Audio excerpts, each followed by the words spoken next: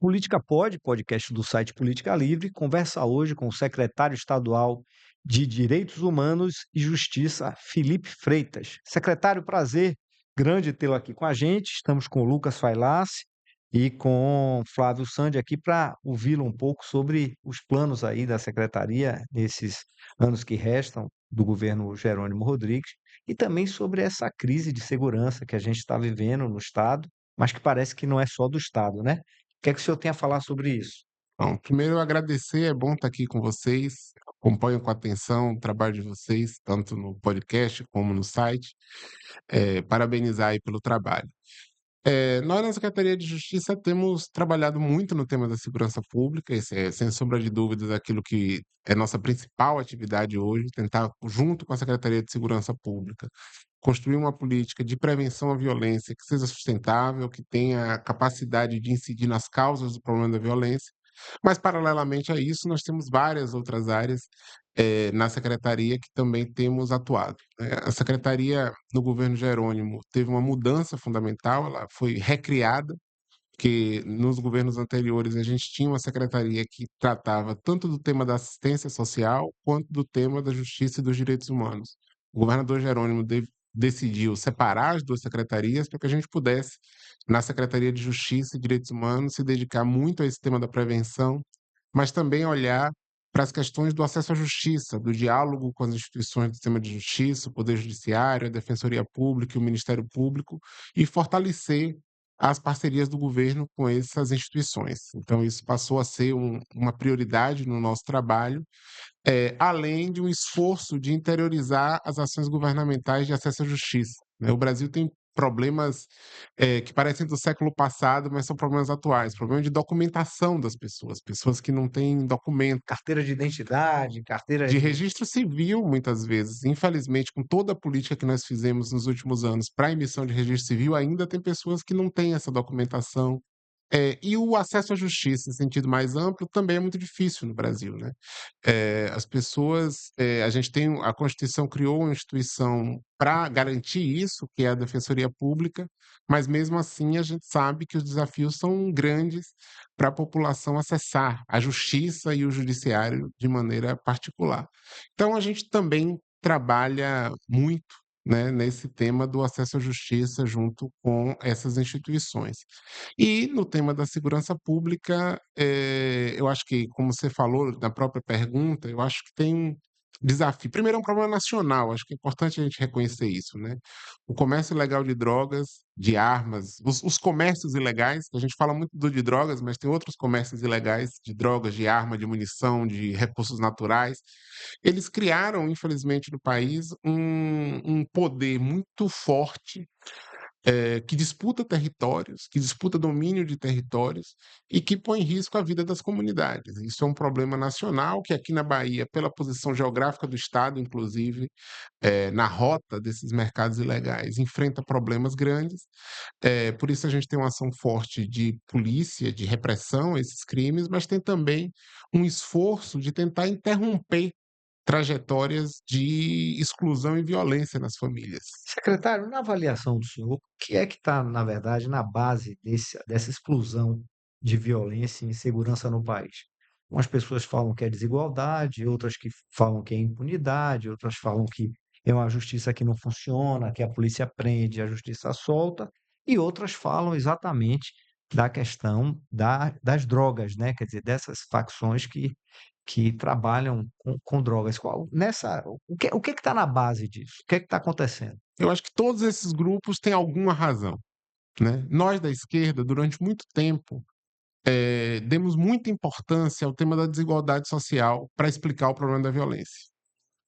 Eu sigo acreditando nisso, os números mostram que é contra os pobres que a violência tem os piores efeitos, mas não é só a desigualdade social que explica o problema da violência. Tem outros elementos, até porque se a gente acreditasse nisso, a gente ia dizer que são os pobres o problema da criminalidade, o que não é verdade, né. A gente tem criminalidade nos variados estratos da sociedade, mas as consequências piores da violência estão concentradas nos mais pobres.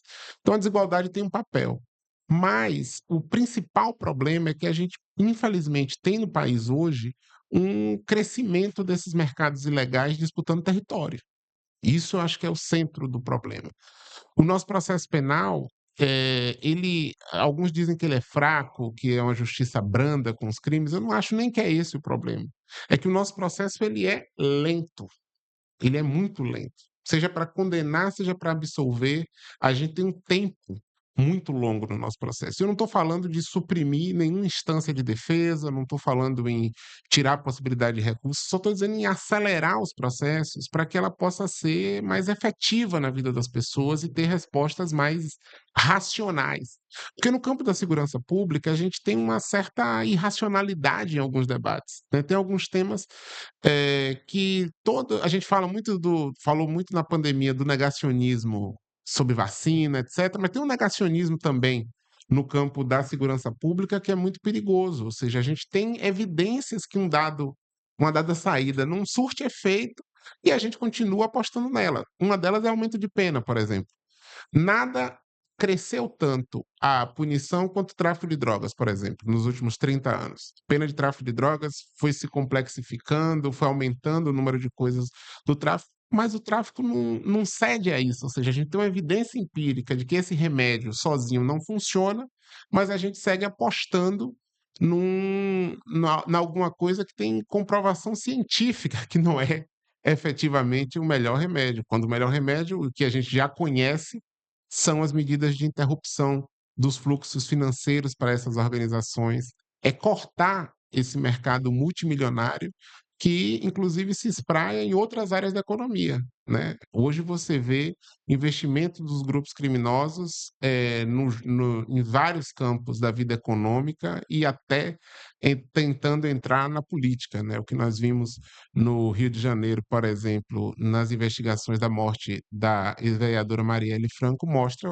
é um exemplo, uma fotografia de como o crime se infiltra nos diferentes campos. Então, eu acho que o centro, né, voltando para a sua pergunta, do nosso investimento em segurança pública tem de ser no estudo das causas de cada contexto e na interrupção dos fluxos financeiros que irrigam a violência nos nossos territórios. Agora, quando o senhor fala de interrupção de fluxo financeiro, naturalmente a gente fica com a impressão de que isso exige, quer dizer, o enfrentamento a esse problema exige uma ação nacional, né?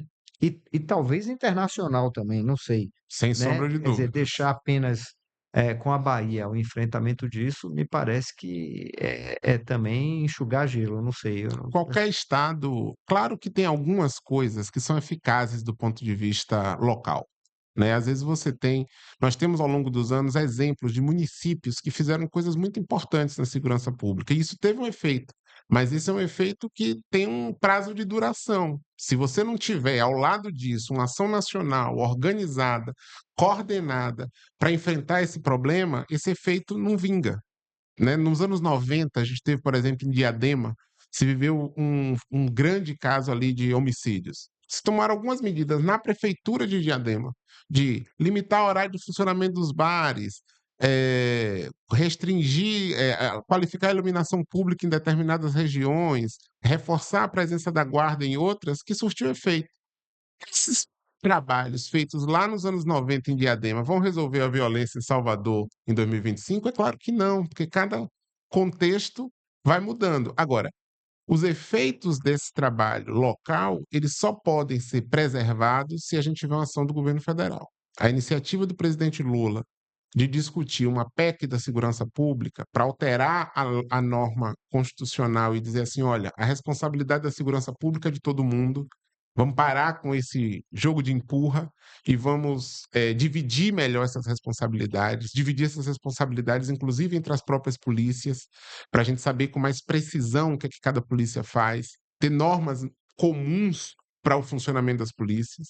Nós temos hoje 27 polícias estaduais, militares e 27 civis, com regras muito diferentes entre elas. Muito diferentes. Então, esse grau de heterogeneidade dificulta a gente de ter uma ação unificada. Até na nomenclatura de um registro policial, você tem 27 nomenclaturas diferentes.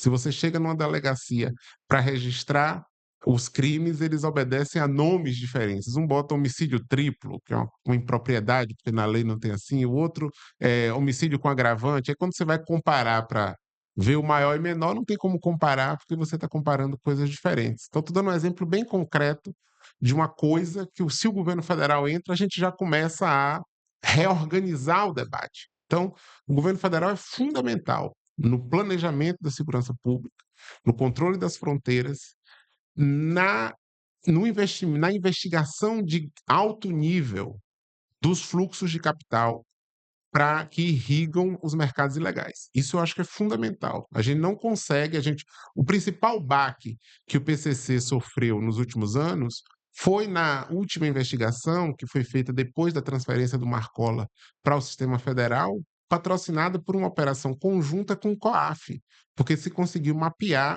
fluxo do dinheiro que irrigava as tentativas de fuga daquela facção. Então, eu acho que esse é o tipo de investimento que surte resultado, né? Todo o resto é importante, mas de maneira subsidiária. Então, acho que o governo federal é fundamental nisso. Em que estágio está essa PEC? Bem, o ministro Lewandowski apresentou, houve uma rodada de discussão com os secretários de Segurança Pública e com os governadores. Há uma expectativa de que nesse semestre ela vá a voto. Vai se formar uma comissão especial na casa. Eu tive ocasião de participar dessa discussão já em algumas oportunidades e acho que ela vai ser votada ainda esse ano e nós vamos começar 2026 com essa legislação. Ela introduz mudanças, regras mais claras no uso do Fundo Nacional de Segurança Pública, prevendo algumas padronizações de como cada estado pode gastar aquele dinheiro, em que pode gastar. Ela prevê melhor as atribuições da Polícia Federal e da Polícia Rodoviária Federal, entrando nesses conteúdos de enfrentamento a essa criminalidade organizada e cria um espaço que preserva a autonomia dos governadores para comandarem suas polícias, mas, ao mesmo tempo, cria espaço de articulação comum sobre como se vai gerir as polícias, né? Houve uma reação inicial, a meu ver, meio destemperada dos governadores de oposição, de que aquilo seria uma tentativa de tirar poder dos governadores, o que não é verdade. Mas eu acho que nós vamos superar esse imbróglio que se criou e vamos conseguir votar a PEC. Agora, secretário, eu concordo com o senhor com relação a essa questão um pouco mais burocrática, mas trazendo já para a prática, no caso. A gente viu nos últimos dias, por exemplo, na Engomadeira, bairro da Engomadeira em Salvador, que é um bairro muito sensível com relação à questão da segurança pública. A gente viu dois crimes acontecendo em um espaço de poucos dias, na mesma rua praticamente. Primeiro, uma pastora que estava indo levar uma pessoa para casa, precisou pedir permissão a criminosos, né, para entrar em tal localidade, e ao sair foi baleada. O segundo caso, mais recente, foi um delegado que foi baleado no braço. Inclusive, uma pessoa morreu, né, nesse combate. Mas o que me chamou a atenção nessa situação do delegado foi que esta atuação da Polícia Civil, no caso, foi para cumprir uma ordem judicial e estava ocorrendo um paredão, né, uma festa paredão na localidade. A pergunta que eu faço para o senhor é a seguinte: não dá para, como está hoje essa questão burocrática, o governo, a prefeitura também atuarem para poder evitar que novos crimes aconteçam? Claro que eu também entendo que é um papel em conjunto, prefeitura, governo do estado, federação. Por exemplo, a prefeitura hoje não tem um plano municipal de segurança pública. Isso poderia fazer grande diferença também para o combate. Mas creio eu que as pessoas não estão mais conseguindo esperar uma votação, uma aprovação de um projeto no Congresso, no governo, para se sentir mais tranquilas. Como é que o Estado em si pode colaborar para que novos crimes em mesmas ruas, com as mesmas situações, não voltem a acontecer? Não, sem dúvida. Eu acho que a gente não pode pedir da população nenhum tipo de paciência diante de alguma coisa que lhe gera a perda da vida das pessoas. Você tem toda a razão. Eu acho que o Estado tem que investir nas medidas de longo prazo, tem que fazer as reformas legislativas que precisa fazer, mas aqui agora, com a legislação que a gente tem, com a qual nós fomos eleitos, a gente tem que fazer o melhor que a gente pode e conseguir os melhores resultados possíveis. Eu acho que você tem toda a razão, isso é importante, e eu acho que os governos não podem se escudar nesse discurso da mudança legislativa para fazer. Nesse caso, por exemplo, eu acho que um plano municipal de segurança pública pode ter um efeito muito grande para regular, por exemplo, o tema dos paredões. Hoje, sabe qual é a causa de maior acionamento da polícia? De tudo: perturbação de sossego. É o Esse paredão, né? é o motivo. Não só paredão, Sim. barulho, barulho. Fora do horário permitido, incomodando né, a tranquilidade e o descanso das pessoas. Isso é a maior causa de chamada pelo 90, mais do que qualquer outra coisa. Significa dizer que nós estamos diante de um caso, de uma situação de violência não letal, que o paredão em si, ou qualquer perturbação do sono em si, não causa a morte de ninguém, mas que ao lado daquela prática cultural, você tem uma série de crimes que podem acontecer.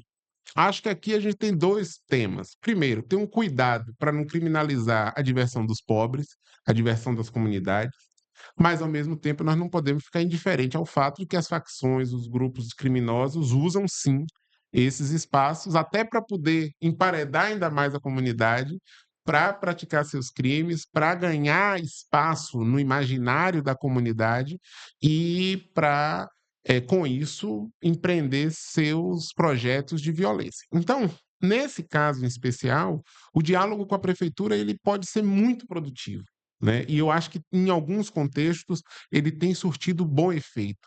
Agora, por exemplo, nós avançamos com a Prefeitura de Salvador para incorporar as câmeras municipais no Isso. monitoramento da Secretaria de Segurança Pública do Estado. Isso ainda é menos do que o que a gente gostaria. A gente faz isso melhor nas festas, fora das festas tem dado ainda algum problema, mas isso é um tema que, num plano municipal de segurança, poderia ser normatizado e ter efeitos impressionantes.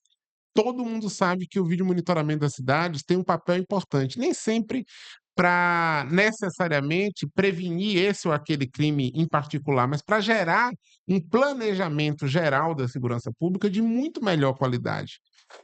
As prefeituras poderiam colaborar mais nisso e um plano municipal de segurança teria um papel importante.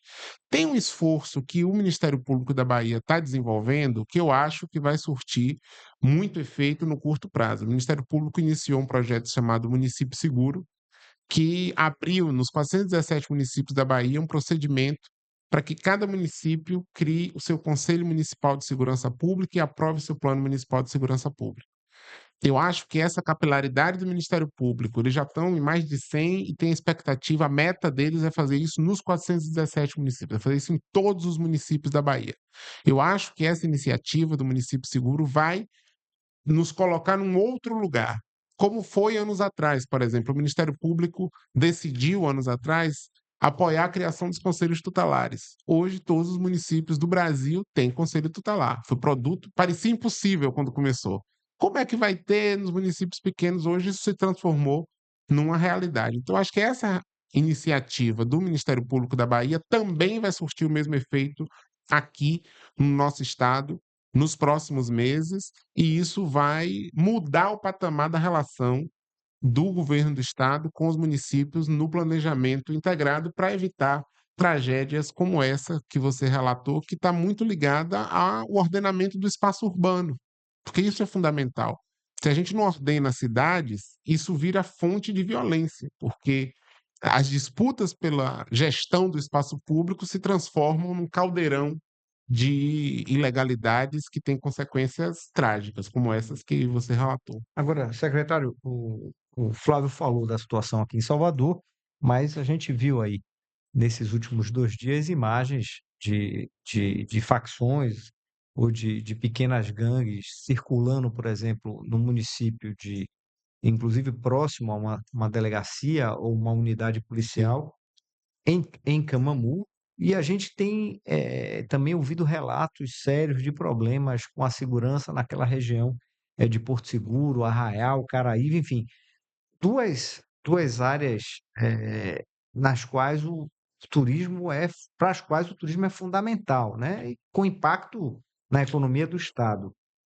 O que a gente pode dizer a essas pessoas, sobretudo as pessoas que investem nessas localidades, a população que sofre com esse assédio da criminalidade nesse momento, assim? Alguma perspectiva de mudança, alguma chance de as coisas se alterarem no curto tempo? Eu acho que a principal aposta nesse tipo de ocorrência é mesmo a gente ter uma ação forte de inteligência policial para mapear as causas dessas ocorrências. Tragicamente, episódios como esses, ocorrido em Camamu, ou episódios de ataques específicos dessas organizações, elas são sempre parte de uma estratégia de dominação territorial que essas facções têm. Então, às vezes é uma reação à atuação da polícia, às vezes é uma tentativa de ocupação de um outro território para dominar economicamente, geralmente é uma disputa com outros grupos ilegais, e é muito importante, então, que o Estado, a partir dos seus mecanismos de inteligência e investigação, consiga identificar exatamente o que é que está causando. Claro que o ideal é sempre, e isso acontece muitas vezes, você conseguir mapear isso preventivamente e conseguir interromper os planos dessas organizações antes que os fatos aconteçam, como tragicamente aconteceram, né, nesses dias em Camamu, e tem acontecido em regiões turísticas do estado, o que nos preocupa muito. Temos que ter muito cuidado também com o tamanho da repercussão que essas coisas têm.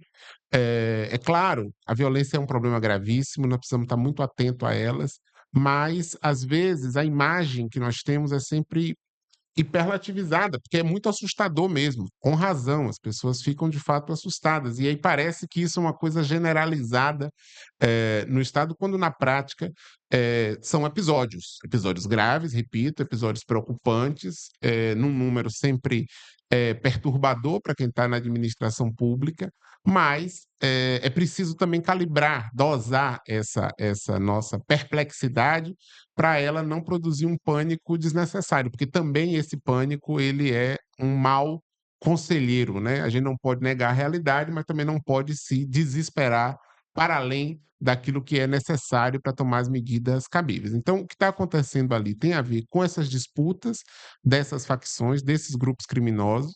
Então, eu acho que a resposta mais imediata que o Estado é capaz de oferecer, ela está ligada à inteligência. Ela está ligada a mapear essas circunstâncias e fazer um reforço do policiamento de maneira inteligente, que não tem a ver somente com o volume de policiais que você distribui no território, mas a maneira que você distribui esses policiais no território e para quais funções você distribui os policiais no território. Então, esse caso de Camamu aconteceu, a ocupação da polícia no território nas horas seguintes foi bastante efetiva e eu tenho uma expectativa de que aquela situação esteja controlada nos próximos dias e que a gente possa virar a página. Aconteceu em Jequié, por exemplo, num outro momento, e se conseguiu, no momento seguinte, recobrar a estabilidade na região, inclusive Jequié passou um período com números recordes de negativos, né, de diminuição dos casos de violência. Então, claro que isso acende um alerta para nós, um alerta de preocupação e de atenção, mas, ao mesmo tempo, eu acho que a inteligência da polícia vai conseguir controlar esses episódios. Secretário, a gente tem visto a oposição atribuir com muita assertividade os problemas de violência e insegurança na Bahia ao governo do PT, que comanda o Estado, vão fazer aí 20 anos, né? Uhum. 2026. Como, exemplo, as pessoas citam, por exemplo, que o Jacques Wagner, quando iniciou o governo, foi muito hesitante em relação às apostas para a Secretaria de Segurança Pública. Escolheu um secretário, ficou um ano, escolheu um outro também que não deu certo, foi acertar no terceiro, né? E que isso teria representado uma perda de tempo considerável no enfrentamento desse tipo de crime que estava se estabelecendo no território baiano naquela época. Como dissociar, por exemplo, esse problema, da violência, da eventual responsabilidade dos governos petistas nesse período? Olha, pela minha tradição política, tenho uma formação de esquerda, de modo que eu sei fazer oposição modestamente bem. Mas eu imagino que deva ser muito difícil fazer oposição a nós na Bahia nesse sentido, Por quê? Porque efetivamente a oposição na Bahia, do ponto de vista da qualidade das entregas que nós fomos apresentando, foi ficando sem discurso ao longo dos anos, né? E aí, tanto é que a gente viu no último processo eleitoral que o nosso opositor teve que se circunscrever a dois, três temas que ele achava que ele ia conseguir emplacar e mesmo assim não conseguiu. Porque as críticas, e elas são legítimas, democraticamente legítimas e reais em muitos aspectos, mas elas são confrontadas com fatos, ou seja, você faz crítica na área da saúde, a gente tem hospitais objetivos para mostrar funcionando, com pessoas ali dentro, com profissionais. Você faz crítica à educação, você olha para uma escola dessa e você fala, tá bom, mas aqui tem um fato concreto. Na segurança, também, mas com uma diferença. Você chega e compara a estrutura de segurança pública, o investimento em segurança pública feito nos nossos governos com o período anterior, é monumental o investimento que a gente faz, superior a tudo que se fazia antes. Mas aí eu entendo que existe um problema na sensação de segurança das pessoas. E eu acho que nós, e aqui eu faço isso como uma autocrítica da esquerda, precisamos ser respeitosos com a sensação das pessoas e precisamos ser humildes para ouvir o que as pessoas estão dizendo objetivamente e dialogar com elas. É real que as pessoas têm uma sensação de insegurança que tem a ver com vários fatores que não estão ligados socialmente à questão local. Estão ligados ao que a gente acessa, ao volume de informação que a gente acessa, à velocidade com que essas informações chegam até nós e causam, e estão ligadas também aos fatos. Eu não quero, com isso, parecer poético de dizer que eu não estou negando, eu não É só estou negando. simplesmente uma sensação, na Não verdade, é uma sensação somente. É um fato concreto. A sensação Nasce de um dos fato fatos. de concreto. fatos. Nós temos problemas concretos na segurança pública no Brasil e a Bahia vive momentos sempre muito difíceis por conta dessas disputas que eu estou falando do crime organizado. Isso aqui eu não tenho, não é razoável, é exatamente o contrário que eu estou dizendo. Estou dizendo que nós da esquerda temos que ser sempre muito respeitosos com essa percepção da população e encontrar saídas que achem caminhos para isso. Acho que é o que nós estamos fazendo, tanto no plano local quanto no plano federal, de encontrar um arranjo novo, de encontrar um arranjo que seja capaz de dar respostas mais rápidas, mas ao mesmo tempo, enquanto esse arranjo é construído, a gente tem que dar respostas agora, e é o que nós estamos fazendo. Agora, eu acho que para a oposição, e esse é o meu ponto, foi ficando difícil, porque o volume de temas que eles tinham para nos atacar não colou ao longo dos anos. E aí, claro, eles investem no tema da segurança, tá, é legítimo que eles o façam, só acho que é importante a gente ter dois cuidados. Primeiro, a gente não surfar um pouco fazendo festa com o sofrimento das pessoas, isso me preocupa muito. Eu acho que é preocupante quando esse debate da segurança pública entra na arena política toda, porque aí a gente pode, de certo modo, fazer um uso político do sofrimento das pessoas que é perigoso. E a segunda preocupação é a disseminação do sentimento de pânico superior ao problema que nós estamos vivendo. Então, acho que com essas duas preocupações, o resto do debate político a gente enfrenta. Mas o senhor não acha que também isso passa também um pouquinho pela postura do governador Jerônimo Rodrigues? Por que eu falo isso? É, quase em todas as coletivas do governador, ele é perguntado sobre segurança pública, Sim. né? Basicamente, toda coletiva que ele faz, principalmente aqui na capital, os jornalistas perguntam a ele sobre segurança pública. E algumas respostas do governador é basicamente munição para a oposição. A gente tem casos aí que o governador falou que já resolveu a situação de segurança pública, ou então falou que a facção faz a parte dela e o governo faz a dele. Em outras situações, ele não responde, ele sai da coletiva, passa a pergunta. Você acha que isso também não passa por uma preparação do próprio governador de ter, como o senhor está tendo aqui, sendo questionado aqui pelo site, de responder essas perguntas que acho que todo mundo quer fazer, né, aos governantes? Não acho que falta um pouco também de, não quero falar preparo, mas falta um pouco de comunicação do governador para transmitir essa segurança que as coisas estão sendo resolvidas, apesar da crise que a gente vive na segurança pública para a população? Olha, eu acho que o governador Jerônimo é seguramente, de todos os governadores que a Bahia já teve, o mais exposto e o mais disponível dos governantes que já passaram pelo Palácio de Ondina em todos os tempos, pelo volume de presença dele nos espaços, então ele seguramente, todo evento que ele é entrevistado, ele é mais entrevistado do que qualquer outro governador de todos os tempos, eu não tenho dúvida disso.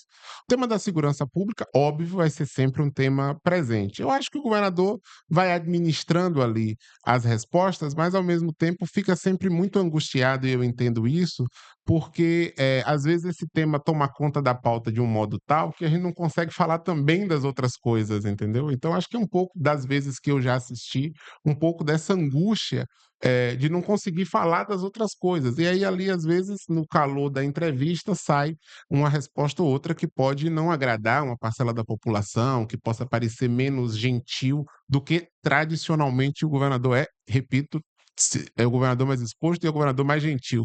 Gentilíssimo, quem o conhece sabe, essa é uma característica pessoal dele muito marcante, mas ali no calor acaba transparecendo. Talvez a gente devesse ter uma estratégia de comunicação que possa explicitar mais essa nossa virtude do nosso Você não governador. acha que esse tema da segurança, é certo ou errado na forma que é abordado pela oposição, mas você não acha que vai capitanear muitos votos não para a oposição?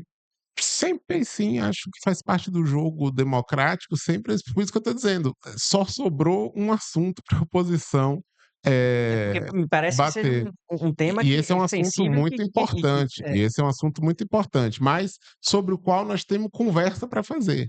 Nós topamos comparar os investimentos, nós topamos discutir o tamanho a posição da Bahia, do ponto de vista da densidade dos investimentos que foram feitos nessa área, na busca de estratégias que sejam mais eficazes para enfrentar esse problema e, claro, com o reconhecimento de que nós não estamos diante de um problema simples de se resolver, né?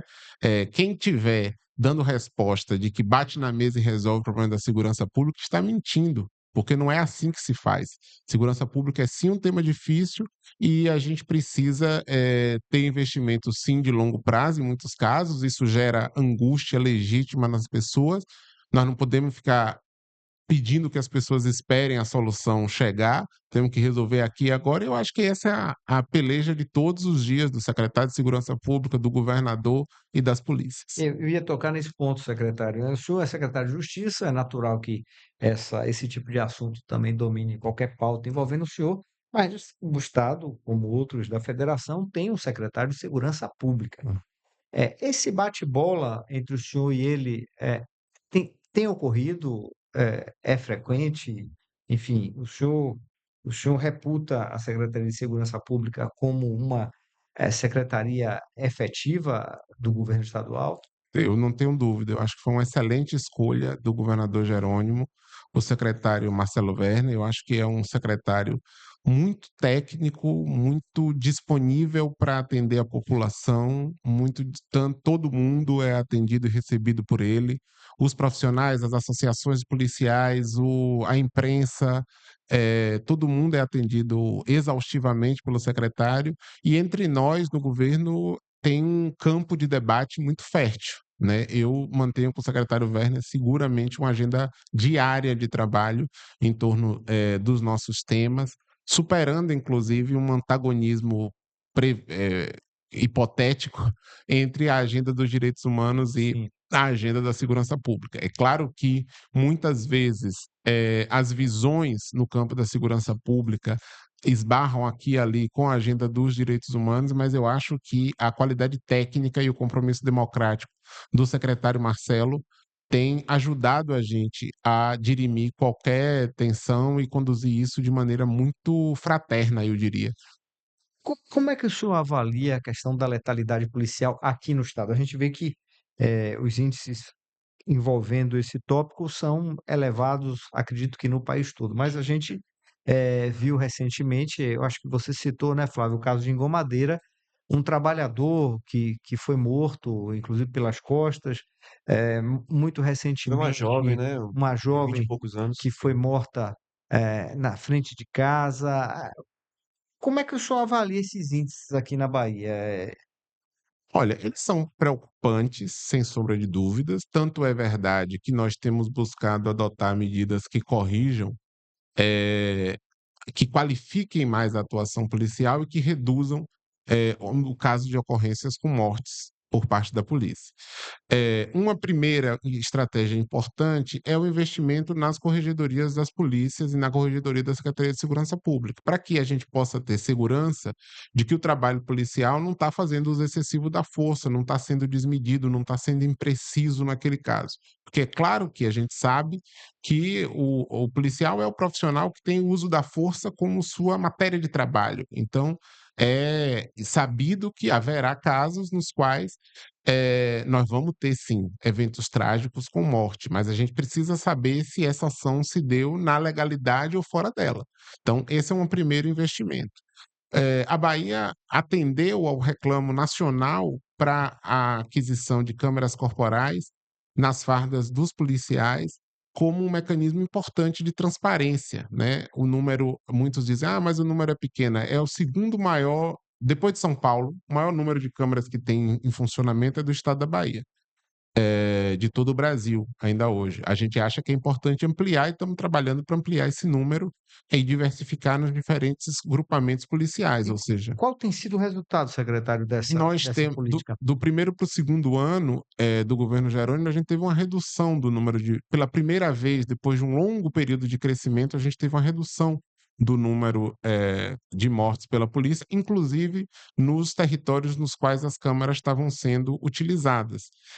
Isso significa, então, que a Câmara ela exerce um controle sobre a ação policial. Sem sombra de dúvida, ela é um instrumento importante para o controle da atividade policial. Ela não é nenhum remédio perfeito, tem de ter outras coisas. Justamente por isso, nós temos trabalhado num plano de redução da letalidade que aperfeiçoe os protocolos policiais. Eu acho que tem questões sobre o apoio, o atendimento que a polícia dá nos casos em que há pessoas alvejadas que nós precisamos discutir. Isso é uma questão fundamental. Como é que você socorre a pessoa após um evento trágico? E a preservação da cena do crime, na cena dessas ocorrências. Eu acho que são dois elementos que os protocolos precisam qualificar no Brasil todo e na Bahia não é Você diferente. sabe dizer qual é o percentual de policiais já com essas câmeras do total? Não, estou dizendo que são 1.300 câmeras que a gente tem 1.300. funcionando, 1.300 câmeras funcionando, nós temos 30.000 policiais. Esse é o número que Concentrado mais na capital? são nas unidades, em Salvador, nas unidades que tem maior número de acionamento da polícia pelo 190. Esse foi o critério. Agora, secretário, me parece assim, você até pode me corrigir se eu estiver enganado, que nas comunidades a polícia se tornou como se fosse uma inimiga, né? Quando se fala que a polícia está chegando, as pessoas ficam um pouco temerosas. Sei que também não faz, assim, a gente precisa diferenciar, né, o papel da Secretaria de Justiça e Segurança Pública. Mas eu acho que também é um trabalho de conscientizar. Porque as pessoas hoje, nas comunidades principalmente, enxergam a polícia mais como inimiga do que como amiga e preferem até, aí repito, me corrija se eu estiver enganado, estarem sob o domínio do tráfico, porque lá não tem roubo, não tem maiores problemas, do que ter o apoio da polícia. Olha, as pesquisas de opinião que eu tenho acompanhado, não só as governamentais de campanha, mas as pesquisas acadêmicas que eu acompanho, elas mostram que o cenário é mais complexo do que isso.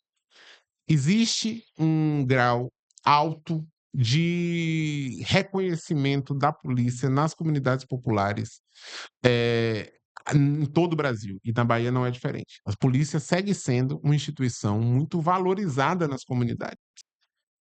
Os eventos trágicos, os ocorridos aqui, os ocorridos em São Paulo, os ocorridos no Rio, têm arranhado, sim, essa imagem. E isso não tem de nos preocupar. Mas eu não acho, não concordo com a ideia de que de que existe uma maioria, uma maior parte de hostilidade à polícia nas comunidades. Não é isso. Não é isso. Pelo contrário.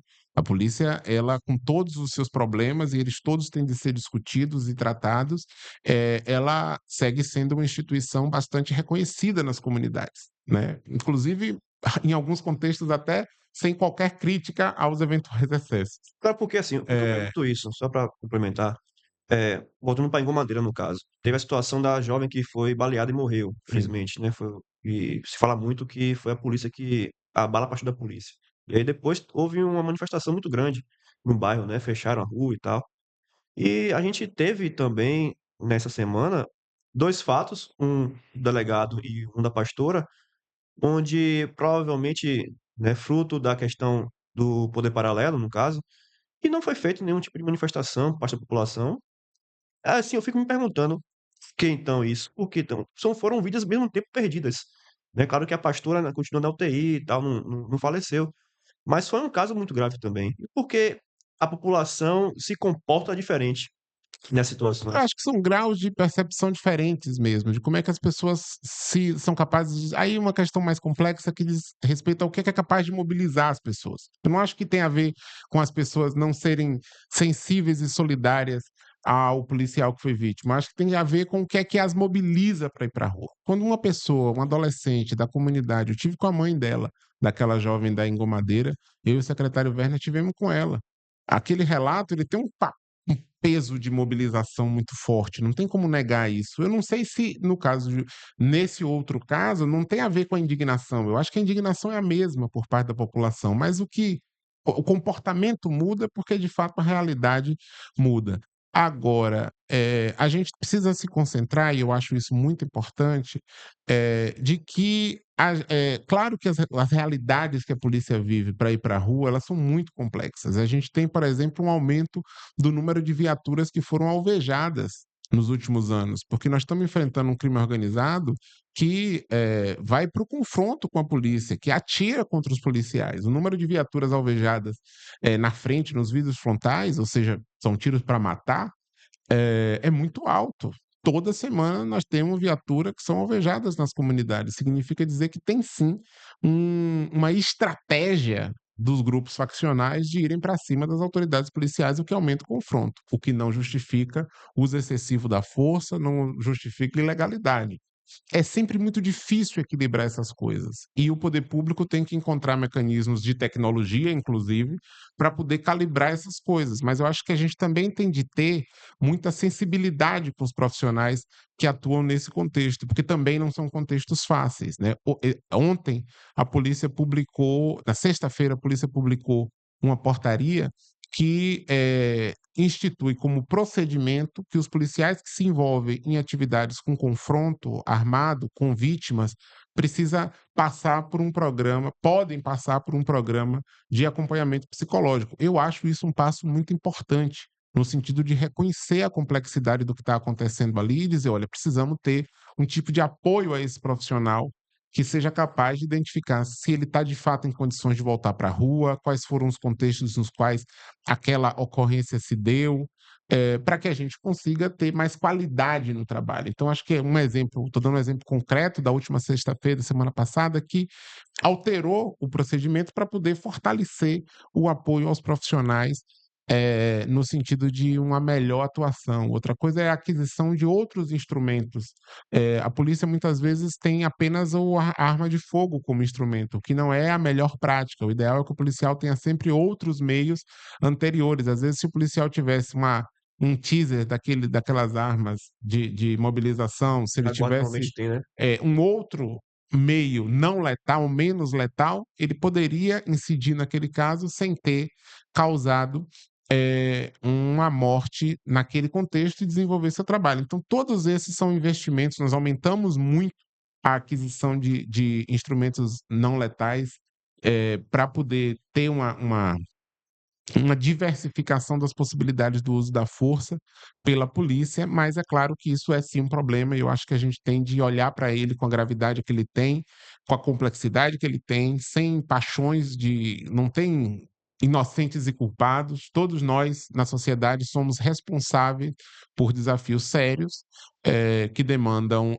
muita paixão nossa, no sentido de muita solidariedade para a gente não ficar indiferente achando que é só uma mistificação, não, são vidas que se perdem, é uma tragédia, mas ao mesmo tempo muita racionalidade para a gente não se deixar levar pelas respostas fáceis, porque não tem resposta fácil.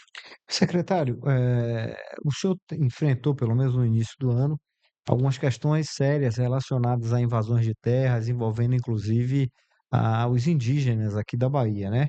Qual é a situação hoje desse segmento, secretário? Olha, os povos a Bahia tem uma população indígena muito grande, né, concentrada, tem na região sul, tem no extremo sul, sul e extremo sul, ali na região do norte do estado. E na região sul, extremo sul em especial, ainda com litígios de terra, com conflitos fundiários, ou seja, as demarcações de terra, nós temos muita terra demarcada, mas existem ainda muitos litígios sobre os limites dessa demarcação, né? Os indígenas reivindicam, em muitos casos, uma demarcação um pouco maior, um pouco muito maior do que a que tem, e os proprietários alegam que tem posse, que tem propriedade legítima da terra, ou alguns dizem que tem propriedade legítima, outros reivindicam indenização maior, ou querem a celeridade na indenização, tem diferentes O contextos. problema é que também decorre da discussão sobre o marco temporal, né? Sobre o marco temporal. Alguns territórios estão ligados a esse tema do marco temporal, outros não. Acho que essa é uma distinção importante de fazer naquela região. Seria muito bom se nós conseguíssemos a ambiência política no âmbito federal para os casos que não estão sob o marco temporal poderem andar.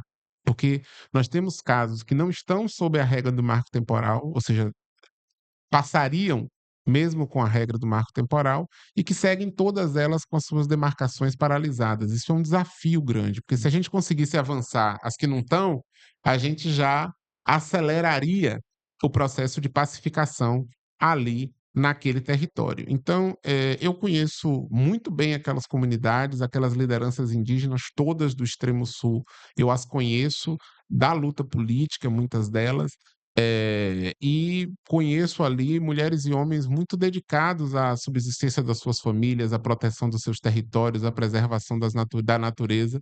Então, do ponto de vista pessoal, também me dá muita angústia ver aquela situação ali.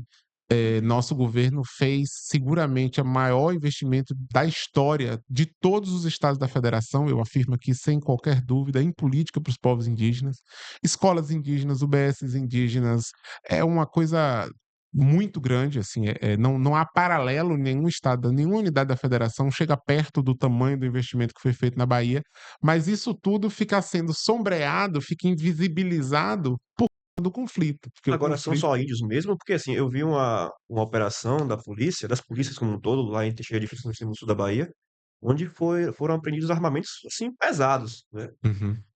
Será que são só índios mesmo que estão nesse embate com os fazendeiros, com o pessoal das terras, assim? Ou tem gente também camuflada ali no meio? Bem, veja, eu não vou saber lhe dizer, porque veja, o que é o reconhecimento?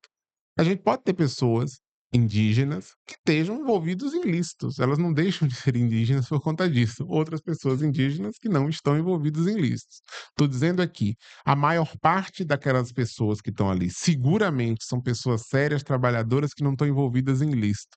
Então, a ação pública tem de ser a de identificar indígenas ou não indígenas que estejam envolvidos com ilícitos, retirá-los daquelas comunidades, como tem de ser com qualquer pessoa que comete crime, e proteger o território e a comunidade. Então, acho que são coisas diferentes.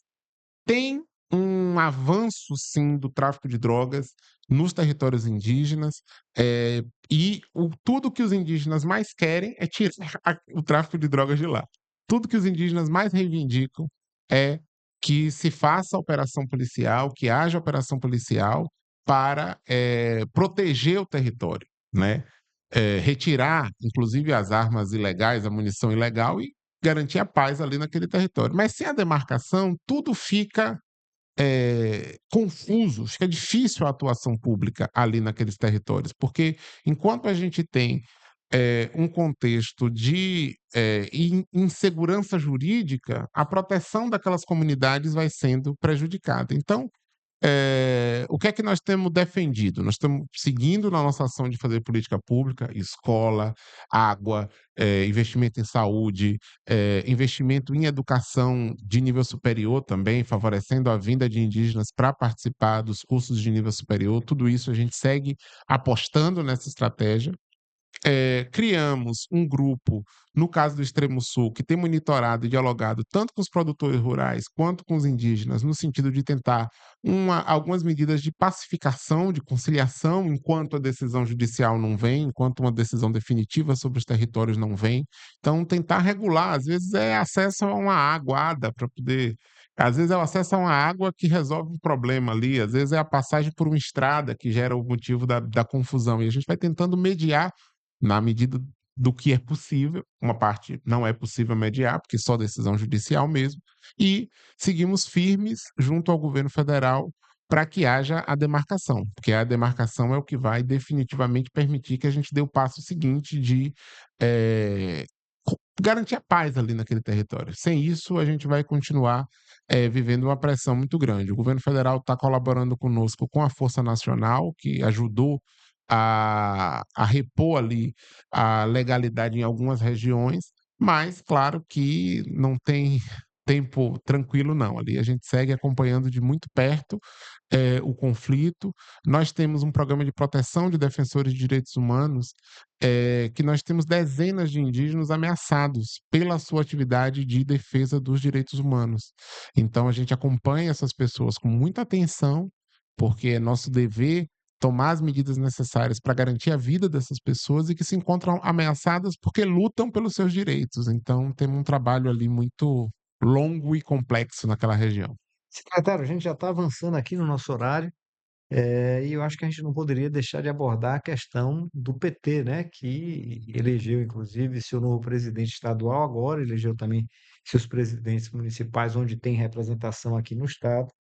Eu queria saber do senhor, se a eleição do, do Tássio Brito, que é um representante do MST, ela facilita ou dificulta as articulações com vistas à organização da reeleição do governador Jerônimo Rodrigues em 2026. Uhum. Olha, eu sou militante do PT desde que eu tenho 16 anos. Eu sempre fiz política no PT. E todas as eleições do PT que eu acompanhei, há sempre, em todas elas, sem nenhuma exceção, um sentimento do seguinte tipo: olha, não é momento de divisão, vocês vão para essa eleição vai fragmentar o partido sai menor. E todas as eleições do PT que eu acompanhei, elas a diversidade, as mais tensas e as mais tranquilas, a diversidade, o enfrentamento de ideias, os confrontos todos, enriqueceram o PT. Porque eu acho que esse é o alimento do PT. O PT escolheu ser um partido de tendências. Havia na esquerda, quando o PT foi criado, quem defendesse partido que não tivesse tendência. Nós escolhemos ser um partido de tendências. E essa característica faz com que o combustível da nossa ação política seja justamente a nossa divergência e o enfrentamento das nossas ideias internas. Então, em regra, eleição faz bem para o PT sempre. Disputa para o PT faz o PT crescer. O PT cresce nas suas divergências internas. Isso, para mim, é uma regra que eu aprendi na militância política do PT. No caso de Tássio, de fato, ele é um militante político apoiado pelos trabalhadores rurais sem terra, foi chefe de gabinete do mandato de Valmir Assunção, que é um deputado do movimento dos trabalhadores rurais sem terra, mas ele mostrou na sua trajetória sempre que é capaz de apresentar a média da opinião do PT.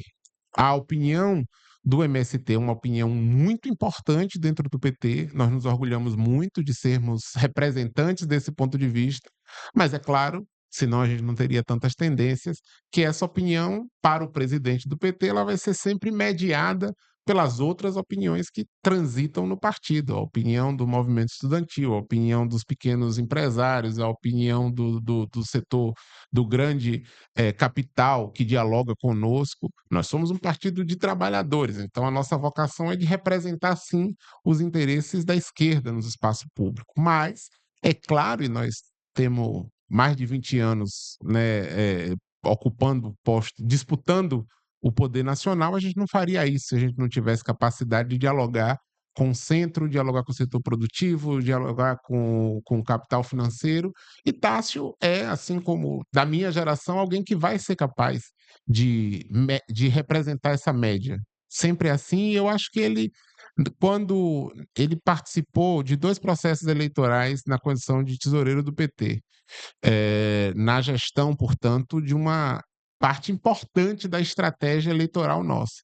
E nos 2 processos que ele enfrentou, ele entrou e saiu dali, mostrando uma capacidade grande de mediar, eh, as posições internas do PT e ajudar o presidente Éden a achar o centro da ação política. Eu acho que ele foi testado na executiva e aprovado. Falo isso porque a gente notou no campo, no plano nacional, um PT bastante preocupado com a eleição de um presidente que não tivesse esse aspecto, né, de digamos assim, radicalismo. Não sei nem se o Tássio é um militante que tem perfil radical. Mas, no caso, o presidente Lula teve essa preocupação quando apoiou e apostou na eleição do Edinho para a presidência nacional. Seria alguém que dialogaria com os partidos, enfim, né, que faria essa negociação. Um dos argumentos que as oposições usaram contra a candidatura de Tássio era exatamente de que ele teria, por exemplo, dificuldade de se relacionar com os grandes produtores, enfim, com esses setores. O senhor acha que isso deve acontecer?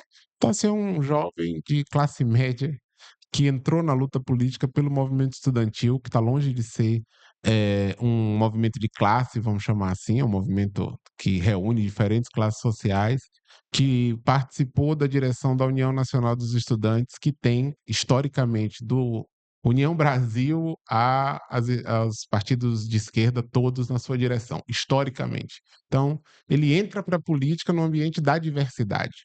Então, não concordo com nenhuma classificação de Tássio como um extremista, vamos chamar assim. Ele não é um extremista.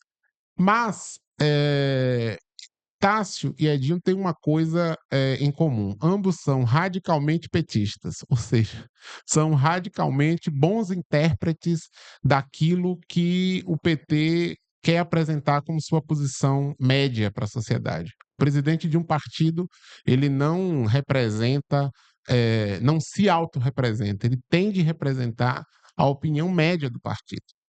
Nunca é um porta-voz, e no PT isso nem é possível, inclusive, na presidência, porque o PT é meio parlamentarista, né? O PT tem uma presidência colegiada, onde as forças políticas ocupam o espaço proporcional à votação que teve, então não é possível um presidente autocrata no PT. Isso não, nenhum da nossa história se firmou desse jeito e não tem condição, porque o mecanismo interno não permite que seja assim, porque todas as decisões do PT efetivamente têm de passar ali pela direção, e a direção ela é muito fragmentada, esse processo não é diferente. Então, Secretário, tem surgido algumas denúncias de que mortos votaram nas eleições do PT em alguns municípios. O senhor tem acompanhado isso? eu vi pela imprensa, mas e não sei a veracidade, não sei do que se trata, vi pela imprensa, e vi a manifestação do presidente Éder Valadares de que a executiva estadual estava acompanhando o assunto e ia tratar. O senhor acha que isso chega a embaçar a vitória dos Acho que candidatos? não, acho que não. Acho que foi um resultado. Se teve problemas, os votos vão ser anulados, mas prova muito difícil que haja qualquer tipo de alteração, nem na proporção da ocupação das chapas na direção. Eu acho que se teve, foi problema residual de um lugar ou de outro, vai eventualmente ser anulado, vai se responsabilizar quem fez qualquer tipo de irregularidade, mas até pelo tamanho das denúncias que eu estou ouvindo, não me parece nada que tenha qualquer impacto numérico no resultado final das eleições, não. Secretário, um palpite aí. Como é que o senhor vê a montagem dessa chapa de Jerônimo em 2026, a chapa da reeleição dele, que é candidato natural, a gente sabe, e inclusive essa disputa aí por essa vaga ao Senado, que pelo que eu estou percebendo é hoje uma disputa, eu achava que era uma disputa entre o ministro Rui Costa e o senador Ângelo Coronel, que quer concorrer à reeleição, e Rui quer disputar. Mas agora, pela última declaração do senador Jacques Wagner, me parece que ele se coloca como o eixo da disputa, ele e Coronel disputando essa vaga. Bem, eu acho, enfim, o PT tem uma tese que não tem a ver com as pessoas, tem a ver com uma opinião sobre qual é a melhor chapa para ganhar a eleição. O PT tem uma opinião de que me parece vai passar ainda por alguma discussão, mas que é visivelmente majoritária no PT, de que a chapa composta por Jerônimo Rodrigues, Jacques Wagner e Rui Costa é a chapa mais atraente do ponto de vista eleitoral. O pleito do senador Ângelo Coronel é legítimo, é absolutamente legítimo, assim como era o da senadora Lídice da Mata quando ela pleiteou a reeleição. Naquele contexto não foi possível que ela fosse a candidata à reeleição. Ela foi candidata nossa a deputada federal e segue como uma extremamente fiadora do nosso projeto político.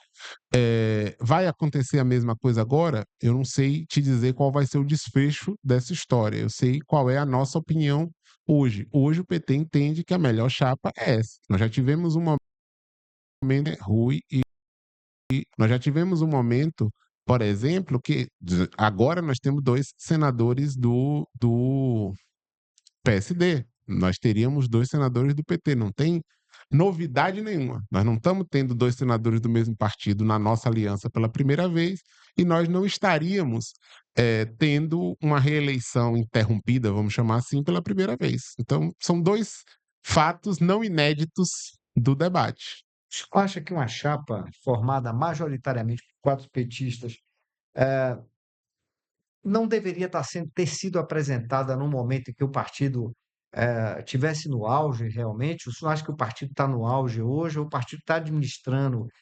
Já são 20 anos, né? O partido vai completar 20 anos no governo do Estado.